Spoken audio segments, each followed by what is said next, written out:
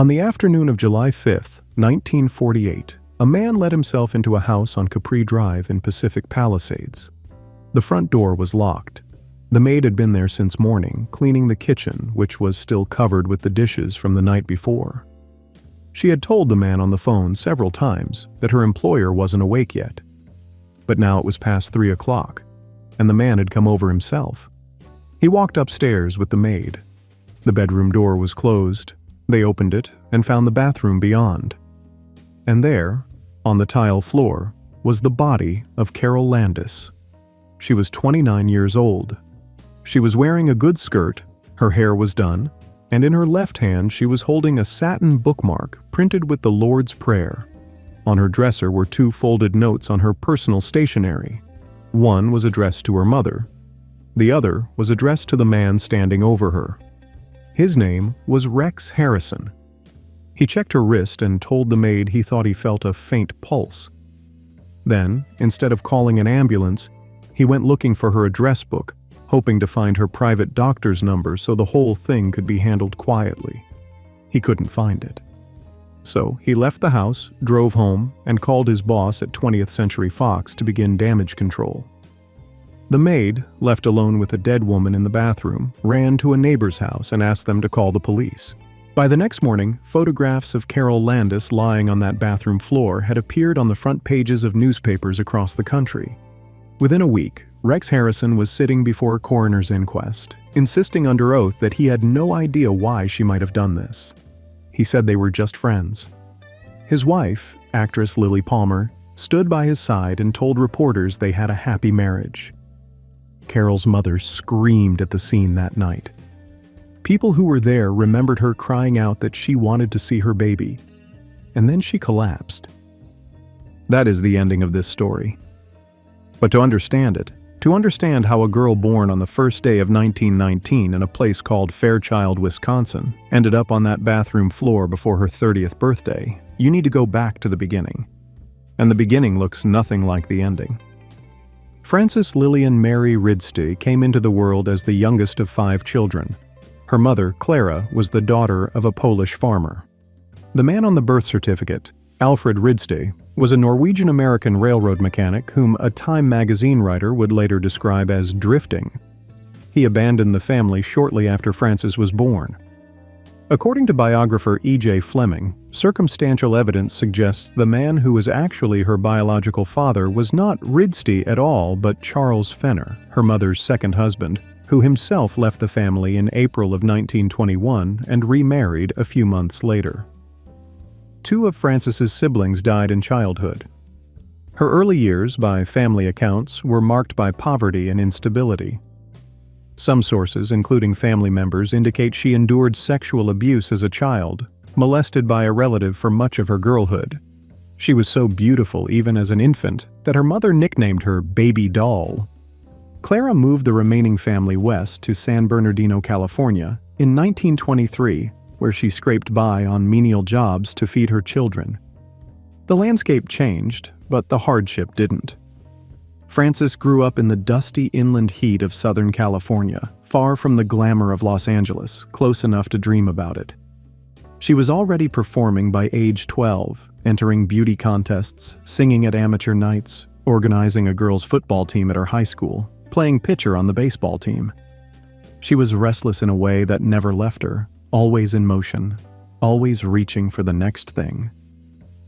The girl they would come to know as Carole Landis was already performing by age 12, entering beauty contests, singing at amateur nights. She was beautiful even as a child. Her mother called her Baby Doll, and she was restless in a way that never left her. At 15, she dropped out of San Bernardino High School. In January of 1934, she married her 19-year-old neighbor, Irving Wheeler, without her mother's consent. Clara had the marriage annulled within a month because Frances was underage. But the girl went to her father, got his reluctant permission, and remarried Wheeler that August. The second go-round lasted 3 weeks before she walked out after an argument. She never filed for divorce.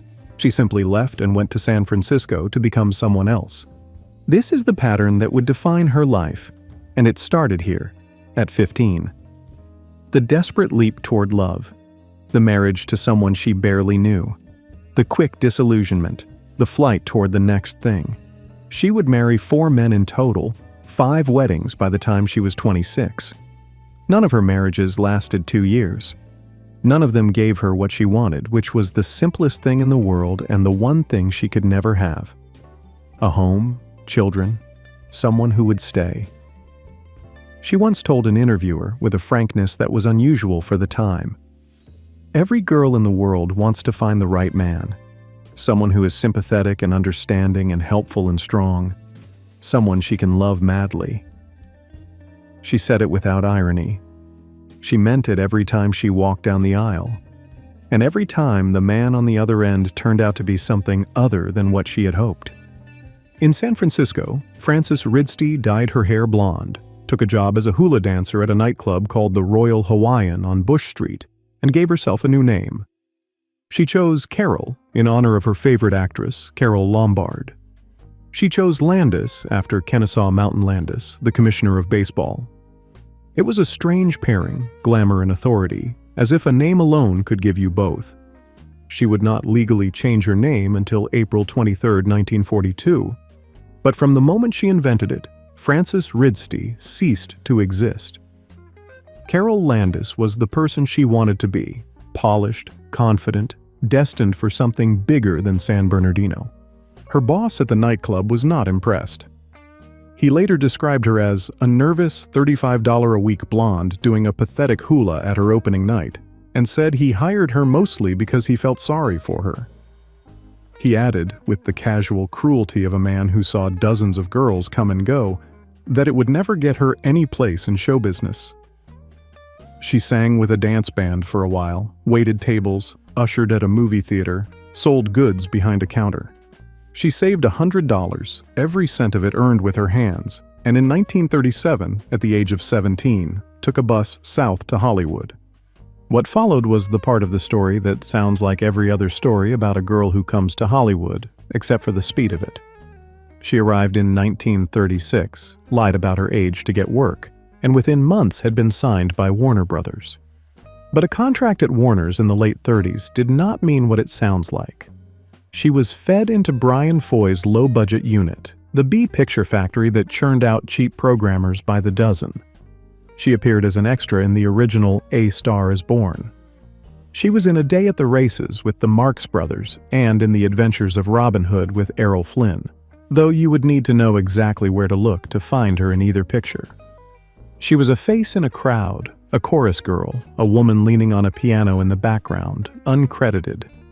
Over a span of roughly 2 years, she made about 24 pictures for Warner's, including gradually increasing roles in 4 Torchy Blane comedies, some of which actually gave her screen credit. By 1938, she was appearing in the studio's bigger productions, like Boy Meets Girl with James Cagney and Pat O'Brien, but still in uncredited bits. She was close enough to see the lights but not allowed to stand in them. Meanwhile, to supplement her income, she posed for hundreds of pinup photographs. Cheesecake, the industry called it. Bathing suits, short skirts, long legs. She was good at it, and she knew it. She later wrote about those years with a mixture of self-awareness and resignation. It was the leg art that did the trick. Naughty leg art, if you happen to look at it in that light. You see, when the boys needed someone to pose in a skin-tight white bathing suit, go sleigh riding in shorts, or climb a ladder in a skirt, they would yell, "Get Landis," and Landis was willing. She added that a bathing suit was a girl's best friend in Hollywood. But privately, she wrote letters to newspapers asking them to stop publishing her pinup photos. She wanted to prove herself as a serious actress. The photographs that had gotten her noticed were now the thing she couldn't shake. Her estranged husband, Irving Wheeler, whom she had never formally divorced, surfaced in Hollywood too. He changed his name to Jack Robbins and would eventually land exactly 2 tiny roles in his entire career. One of them was in Citizen Kane. It is one of those details that seems invented, but it is not. By 1939, Carole had caught the attention of Busby Berkeley, the legendary musical choreographer and director. They had an affair. When Wheeler found out, He filed a $250,000 alienation of affections lawsuit against Berkeley. The suit was dismissed, and Carole and Wheeler finally divorced in 1939. Berkeley then proposed to Carole. She was briefly engaged to one of the most powerful men in the musical film business. Then Berkeley broke it off. She was 20 years old, already divorced, already discarded by a powerful man who had promised her something and taken it back. It would not be the last time. After Berkeley, she was briefly engaged to Jean Markey, a charming, somewhat mysterious figure who had previously been married to Hedy Lamarr and would later marry Myrna Loy. That engagement, too, ended before it reached the altar. Carole kept moving.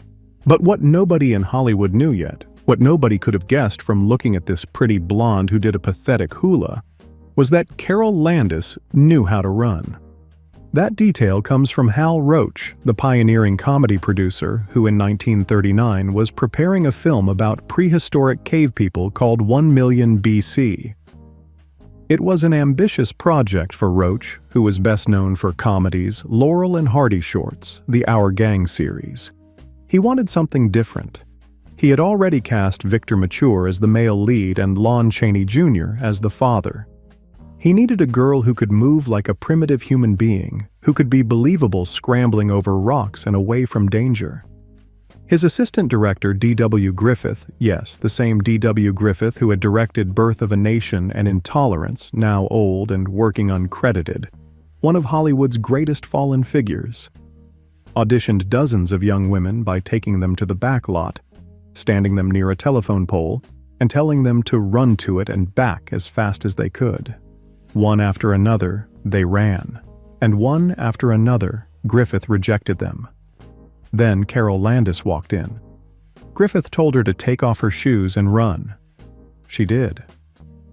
Roach, who was watching, later recalled his own reaction.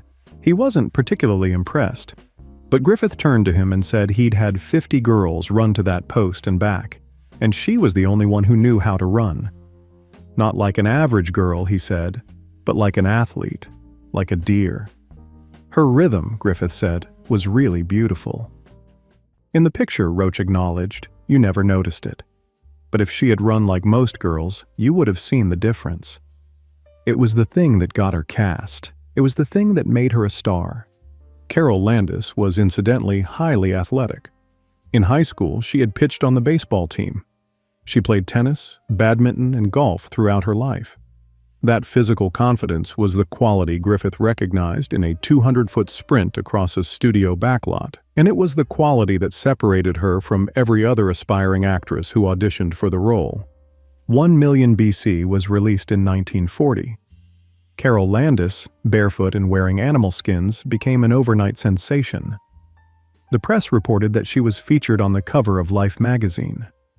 A press agent named Frank Seltzer nicknamed her the Ping Girl, claiming it was because she made men purr, though some suspected the name referred to something more anatomical. She hated the name. She would spend years trying to disassociate herself from it. She also hated being called the chest, which was the industry's other contribution to her public identity.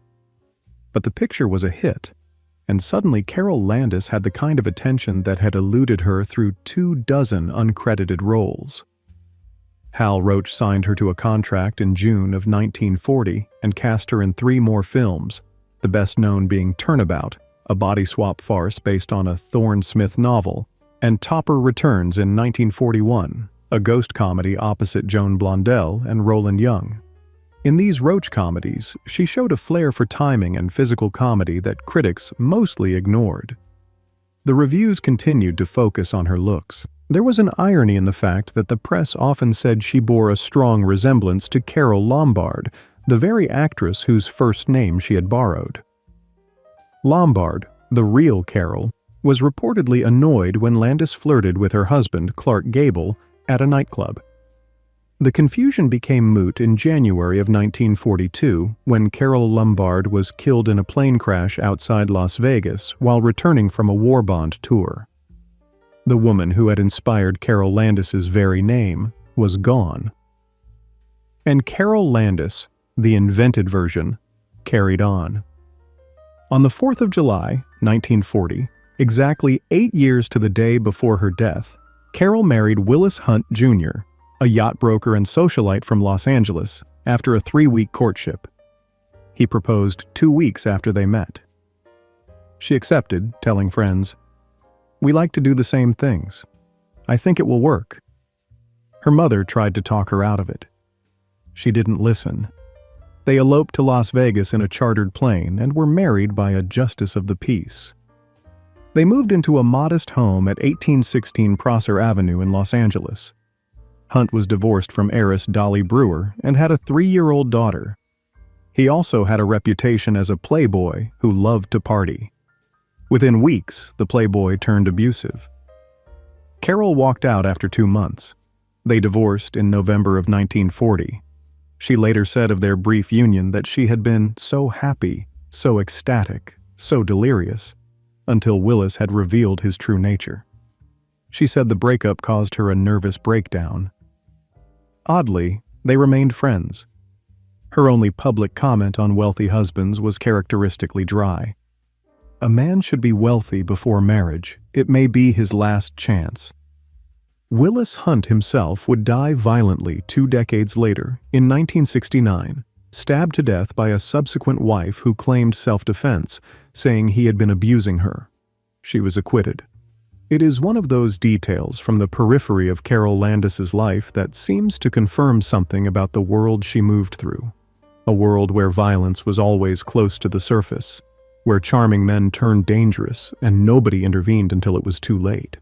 After Hunt, and after brief romantic entanglements with the actor Franco Tone, Charlie Chaplin, and art director Cedric Gibbons, Carole's contract was sold by Hal Roach to 20th Century Fox. At Fox, she entered into a sexual relationship with studio chief Darryl F. Zanuck. Whether the affair was the price of admission or a consequence of proximity depends on which account you read, but the result was the same. Suddenly, Carole Landis was getting good parts. She appeared opposite Betty Grable in the Technicolor musical Moon Over Miami, in which she got to sing several numbers in her own voice, something the studio allowed because she was actually good enough that dubbing was unnecessary. She starred in the crime drama I Wake Up Screaming, also with Grable and Victor Mature, a film now recognized as an early masterpiece of noir. In it, Carole played Vicky Lynn, a beautiful young woman whose murder drives the plot. The film features Laird Cregar as an obsessive detective who builds a hidden shrine to the dead woman, a detail that plays differently now, knowing the real Carole Landis's story.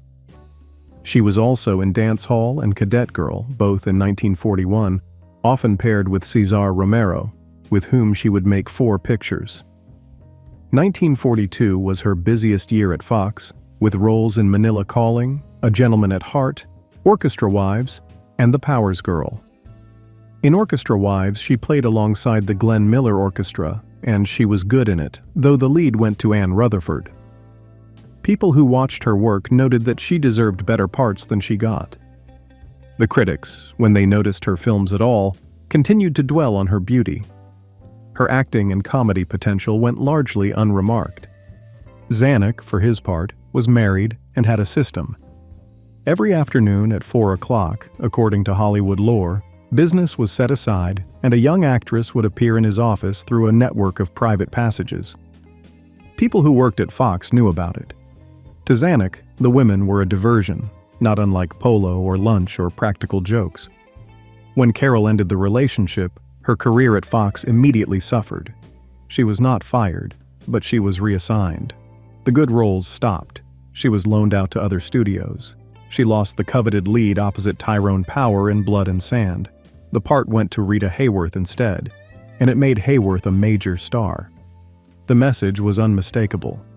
At 20th Century Fox, your career belonged to the man who ran the studio, and if you took it back, he took yours. On March 20th, 1943, the Fashion Academy named Carole the best-dressed woman in the screen category for that year, based on a national poll of leading designers. It was a strange honor for a woman whose studio was already beginning to forget her. This is the hidden engine of Carole Landis's life. She was a woman who kept running to the telephone pole and back, running toward love, running toward fame, running toward the next husband, the next role, the next place she might finally be seen for who she was. And every time she got close, the thing she reached for was taken away, or turned out to be something else, or simply wasn't enough. In the autumn of 1942, with her film career stalling, Carole volunteered for a USO tour. She joined Kay Francis, Martha Raye, and dancer Mitzi Mayfair on a grueling circuit through England, Bermuda, Ireland, and North Africa. Their North Africa tour was the first ever conducted by the USO in that theater of operations. They called themselves the Feminine Theatrical Task Force, and they were the first group of American women to entertain troops near the front lines. They performed in chilling rainstorms and under burning desert sun, before wounded fighters and the crowned heads of Europe. The conditions were nothing like a Hollywood studio. They slept in whatever was available, ate army food, traveled in open jeeps across roads that were sometimes under fire. During the tour, Kay Francis developed a romantic attachment to Carole. Carole, for her part, was focused on the work. She sang, she danced the jitterbug with soldiers, she visited hospitals, she wrote hundreds of letters to the families of men she met. She served coffee at the Hollywood Canteen, where servicemen could enjoy a meal and dance with their favorite stars free of charge. She auctioned off her favorite opal ring to raise money for war bonds. She donated movie projectors to bases overseas. She became an air raid warden, a commander in the Aerial Nurses Corps, and an honorary colonel in the American Legion. The press nicknamed her Pride of the Yanks and the Blonde Bomber. One historian would later describe her as the female equivalent of Bob Hope. She performed in Australia, Brazil, Algeria, Bermuda, Scotland, England, New Guinea, Ireland, Guam, and New Zealand. She visited more than 250 military bases. Jack Benny, who would later tour with her in the Pacific, said something about her that no studio publicist could have written. He said that when you were around her, you forgot she was Carole Landis, the sex symbol, the Hollywood star, because she was a real human being and had a warm heart that spilled over with kindness. It is worth noting what Carole was doing here, because it is easy to gloss over in a story that ends the way hers does. She was not posing for photographs. She was not making appearances. She was getting on planes and flying into war zones month after month for years.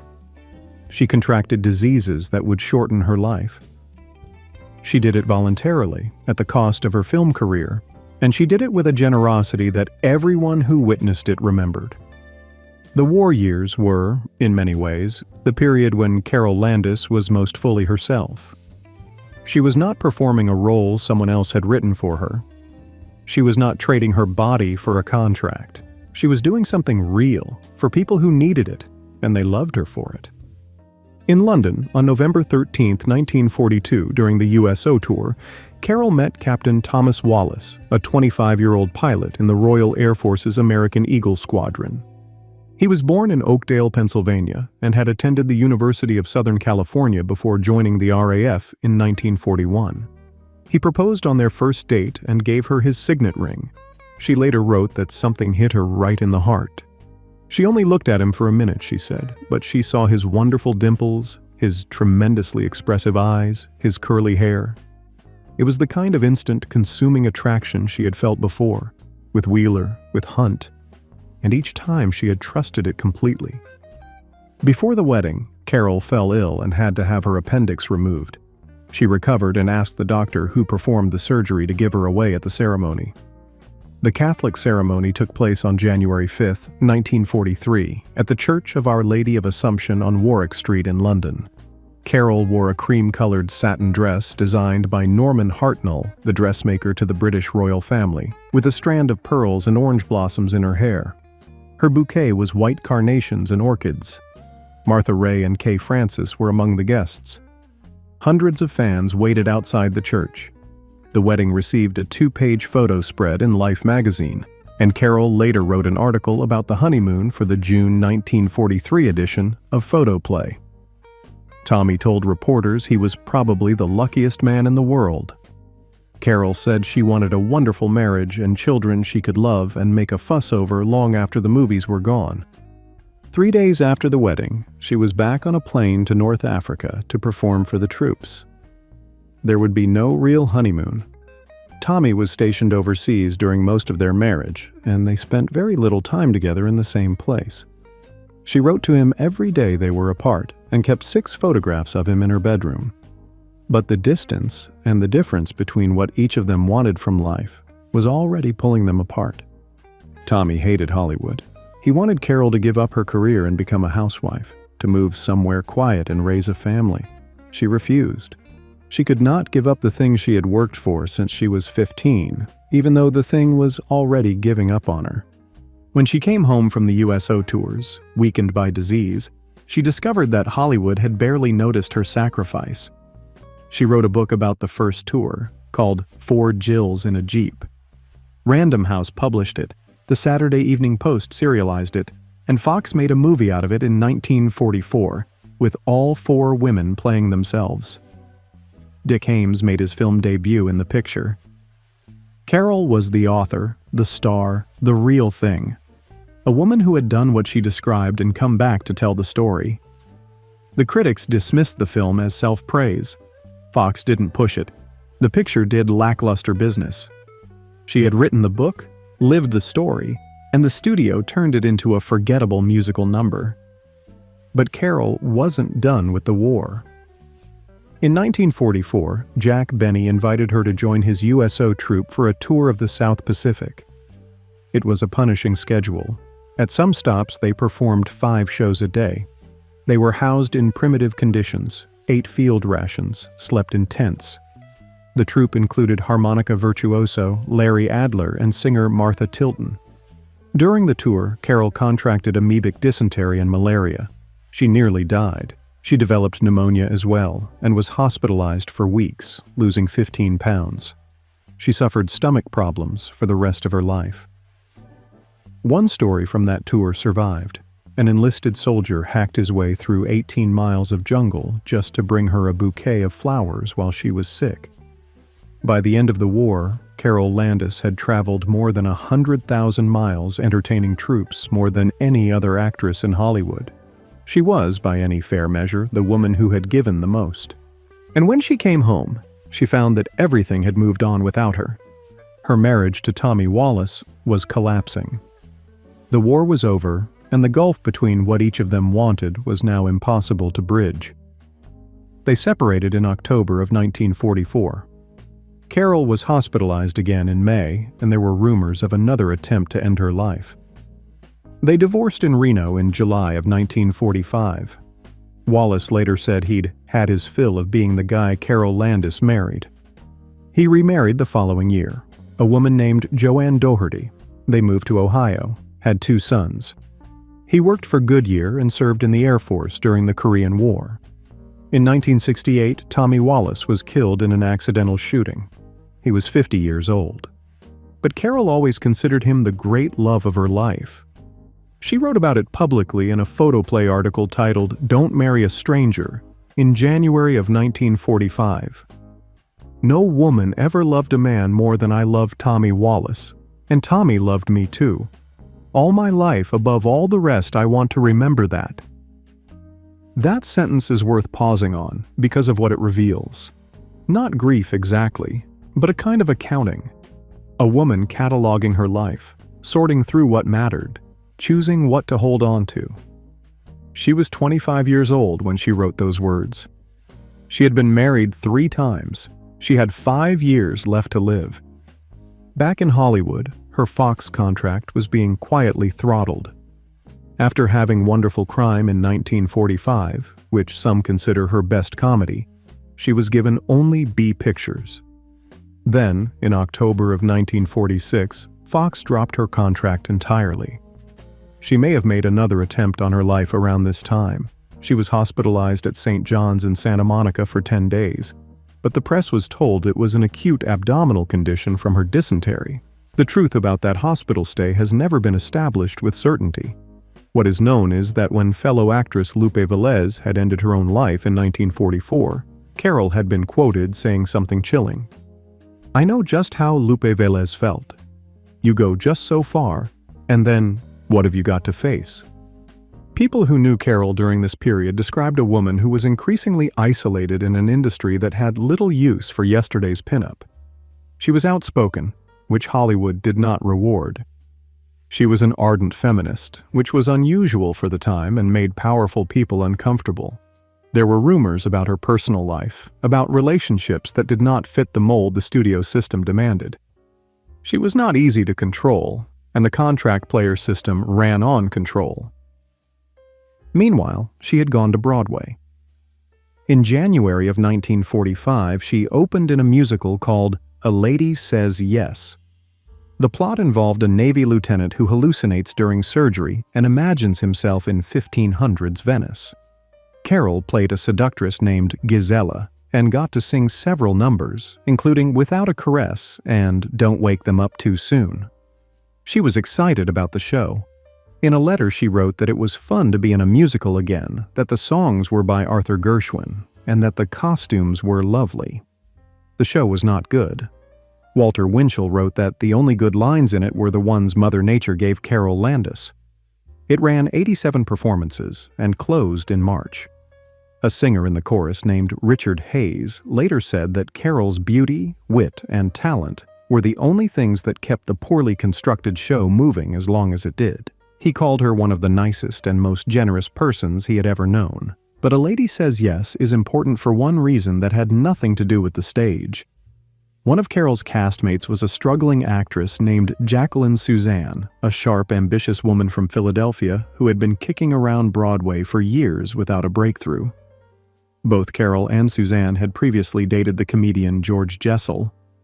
The two women began a romantic relationship. According to Suzanne's biographer, the affair had started when Carole bought her earrings and a fur coat. Suzanne later described to friends how sensual their intimacy had been. It was a genuine connection, warm and reciprocal, between two women who understood each other's hunger for recognition and love. After the affair ended, they remained close. Suzanne introduced Carole to her next husband, a wealthy Broadway producer named W. Horace Schmidlapp. And 18 years later, in 1966, Jacqueline Suzanne sat down and wrote a novel called Valley of the Dolls.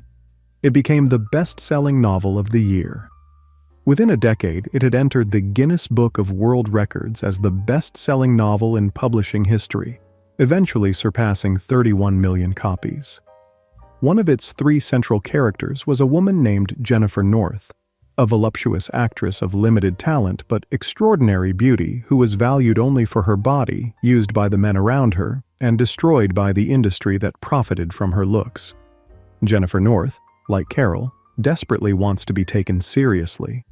Jennifer North, like Carole, cannot have children.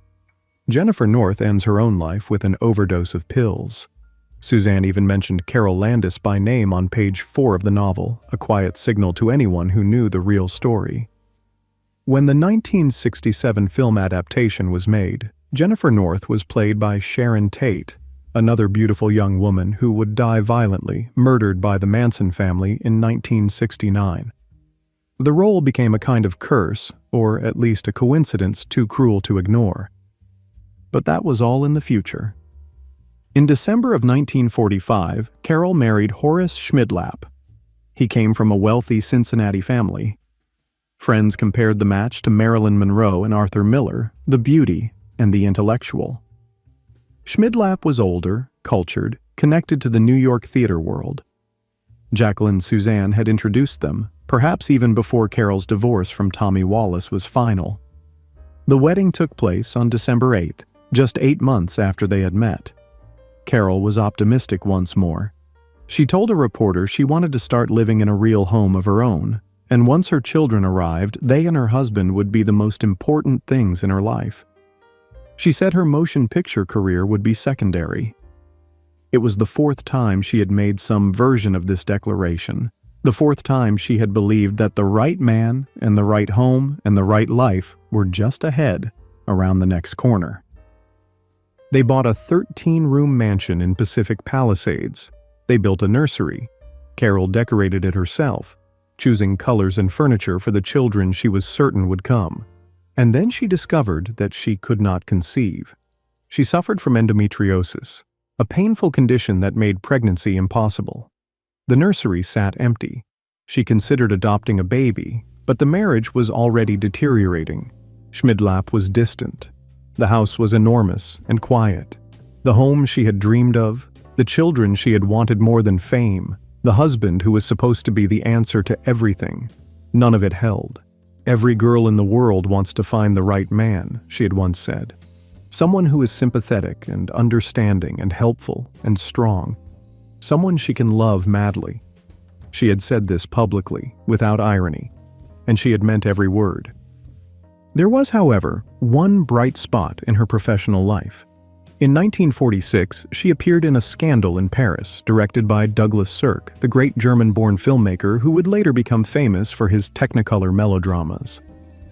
George Sanders starred as the legendary French thief Eugène François Vidocq, and Carole played opposite him with a sophistication and wit that surprised critics. The reviews were strong. Her performance demonstrated a range that her earlier roles had never allowed her to show.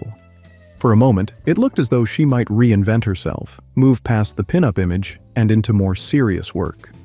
But the moment passed. Fox dropped her contract in October of 1946, just months after the film's release. The studio was reshuffling its roster. The war was over, the audience had changed, and Carole Landis, who had given more to the war effort than perhaps any other woman in Hollywood, was no longer needed. She was 27 years old, she had appeared in 49 pictures, and the industry that had profited from her body and her energy was finished with her. Around this time, a friend gave Carole a gift that she would carry for the rest of her life. The actress Diana Lewis presented her with a small gold cross as a token of affection.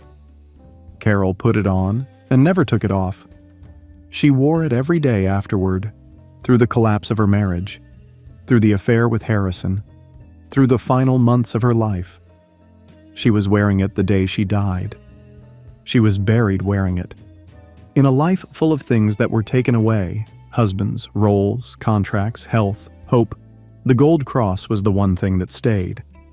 In 1947, Carole and Schmidlap separated. She charged him with extreme mental cruelty. The divorce proceedings dragged on into 1948. By this time, she had been reduced to working for a small outfit called Eagle Lion Films.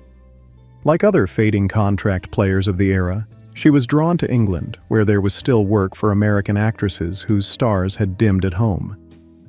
She made 2 low-budget British crime pictures: Noose, a gangland thriller in which she played a nightclub owner, and The Brass Monkey, a comedy thriller. She even wore one of the gowns from A Lady Says Yes in The Brass Monkey, a small economy that spoke volumes about where her career had landed. They would be her final films. Neither was released in the United States until years later. No will was ever found in Carole's personal files at home.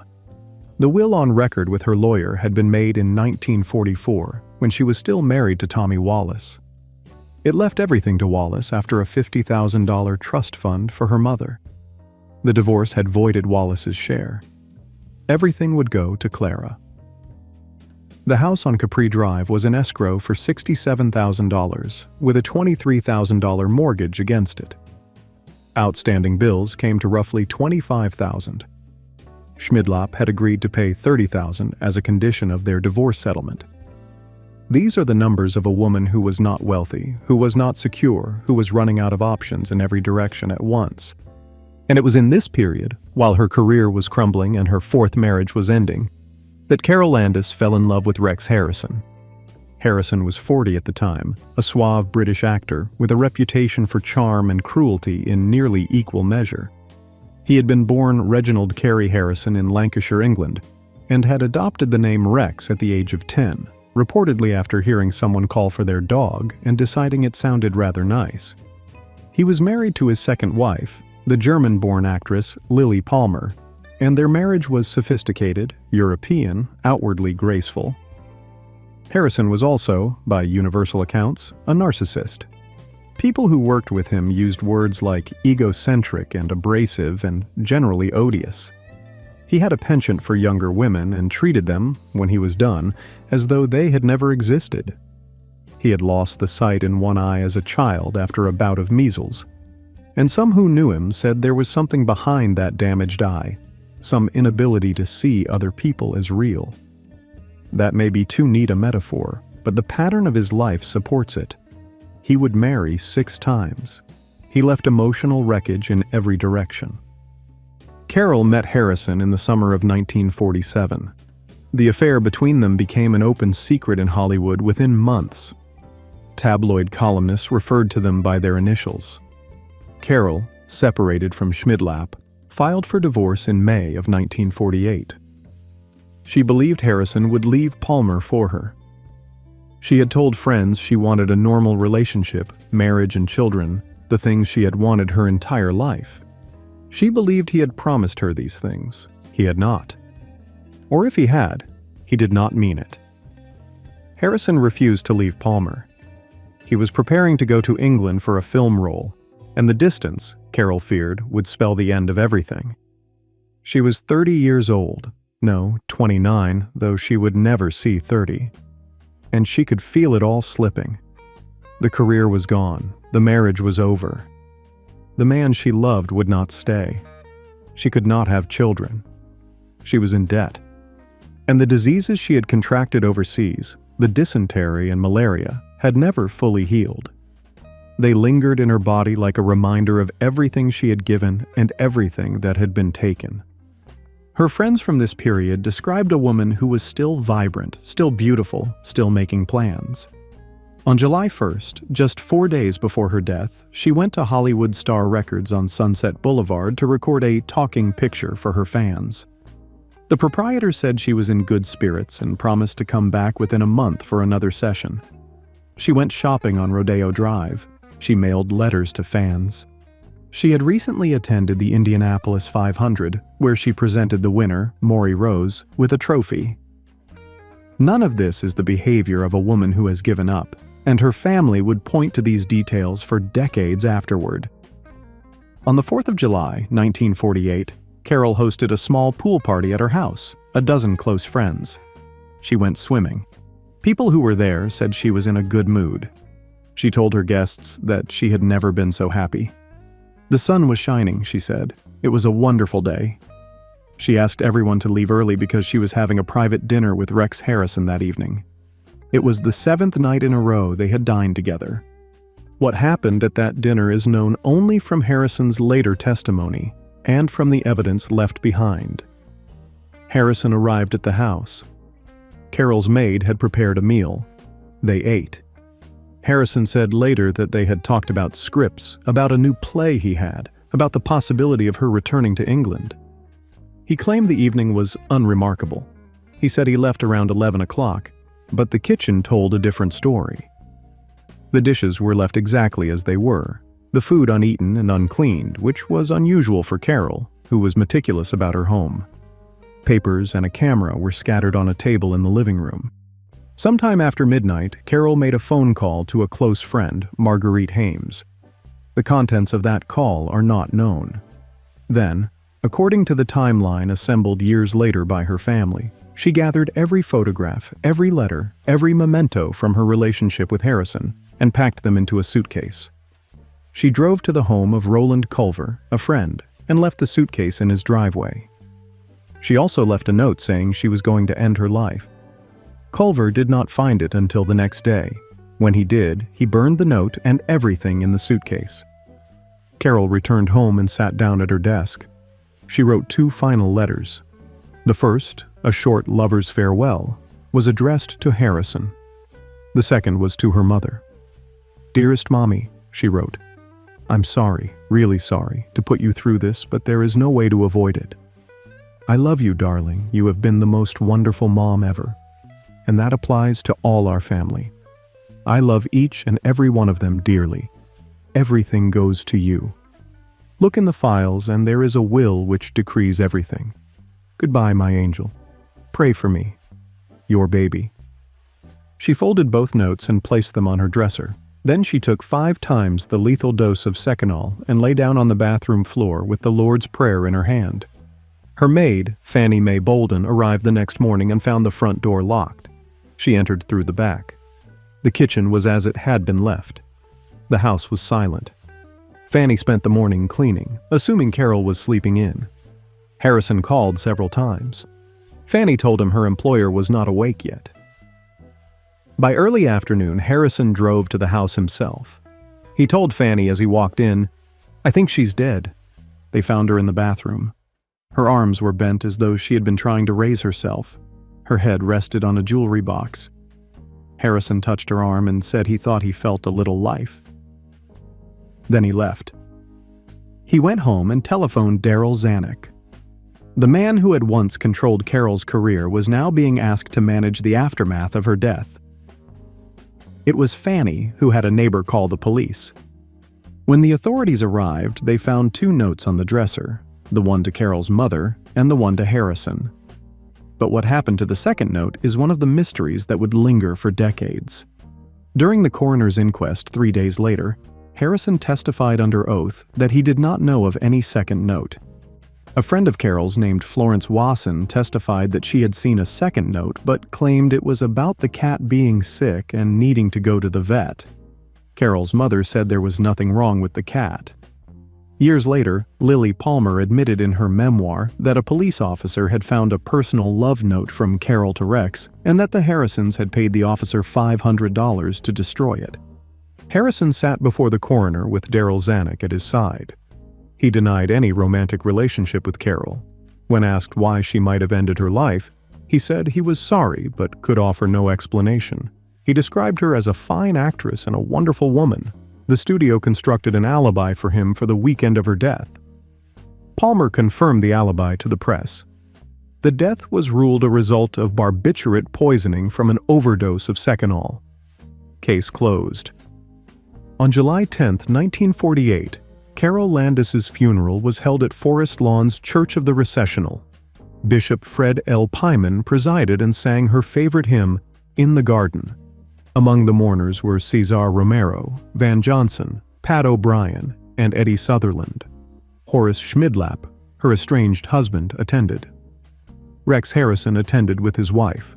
They left early and refused to look at Carole in her coffin.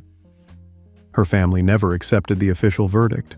Carole's sister Dorothy hired a private detective. He could only tell her that people had been paid off and evidence had been destroyed. The only person willing to come forward was Carole's secretary and friend Nan Stewart, who told the family there had been a cover-up. Carole's mother, Clara, said items were missing from the house. Photo albums, diary entries, personal notes, all gone. Then, a few years later, Carole's police file mysteriously disappeared from the records of the Los Angeles Police Department. Dorothy begged the authorities to investigate further. They refused. The district attorney closed the case. A member of the Los Angeles County Grand Jury named Leo Hubble publicly stated that he was dissatisfied with some of the angles of the investigation. It made no difference. Her family raised possibilities they could never prove. Perhaps Harrison had put the Seconal in her food or drink. He knew about her past gestures. He knew where the pills were kept. Perhaps Carole had taken the pills as a dramatic gesture, something she had done before to get attention, expecting someone to rescue her as they always had in the past. Perhaps she called Harrison expecting him to save her, and he simply did not come, or came too late and chose not to act. Her great-niece Elizabeth Ann, who ran the family's official website for decades, put it plainly. "We are convinced that Rex Harrison is to blame for her death. Aunt Carole's death has haunted my family for over 60 years. And knowing Rex Harrison never paid for what he did only makes it worse." The family pointed to details that troubled them. The lights in the bathroom had been turned off, which seemed odd if Carole had gone in there alone to take the pills. She had made a phone call to her friend Marguerite Hames around midnight.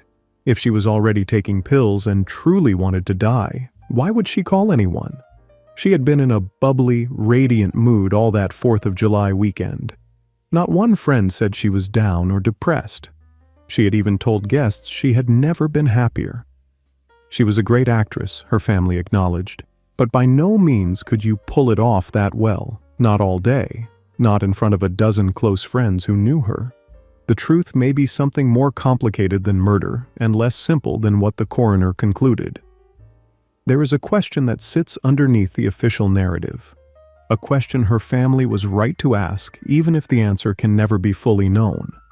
It is not just the question of what happened that night. It is the question of what Harrison did in those hours after he found her body with what he said was a faint pulse. He did not call an ambulance. He did not call a doctor. He went home and called a studio executive. If Carole Landis was still alive when Rex Harrison found her, the choices he made in the minutes that followed may have been the ones that ensured she would not survive. We will never know, because the evidence is gone. The note was burned, the suitcase was destroyed, the police file vanished. And Rex Harrison took whatever he knew to a grave in Portofino, Italy, where his ashes were scattered after his death in 1990. Harrison's career did not end. His Fox contract was quietly dropped in the immediate aftermath, but he and Palmer moved to New York, returned to the stage, and rebuilt. Palmer wrote about those days in her autobiography, Change Lobsters and Dance, and acknowledged the affair and the cover-up with a candor that Harrison never matched. Within a few years, Harrison was cast in the role that would define his life. Professor Henry Higgins in the original Broadway production of My Fair Lady. He won the Tony Award in 1957. When the film was made in 1964, with Audrey Hepburn as Eliza Doolittle, Harrison won the Academy Award for Best Actor. He was knighted by Queen Elizabeth in 1989. He married 6 times in all. He was, by every measure the industry cares about, one of the great actors of the 20th century. In between those triumphs, he married Kay Kendall, a beautiful young actress who was dying of leukemia. Harrison knew she was terminally ill, but kept it from her, determined to make her remaining time happy. Kendall died in 1959, and those who knew Harrison said it was the only loss that truly broke him. But even that grief did not stop the pattern. He married Rachel Roberts. He married Elizabeth Reese Williams, who had been Rachel Roberts' best friend. He married Marcia Tinker. The women accumulated and fell away. His 4th wife was the Welsh actress Rachel Roberts, an Oscar-nominated talent who fell in love with him in the early 1960s. Their marriage was volatile. Both drank heavily. They were known for public fights of spectacular ferocity. They divorced in 1971. Roberts spent the following decade unable to let go of him. She told people that it was very difficult to be taken seriously when you were introduced at a party as the 4th Mrs. Rex Harrison. In 1980, she made a final attempt to win Harrison back. He was already on his 6th wife. It was futile.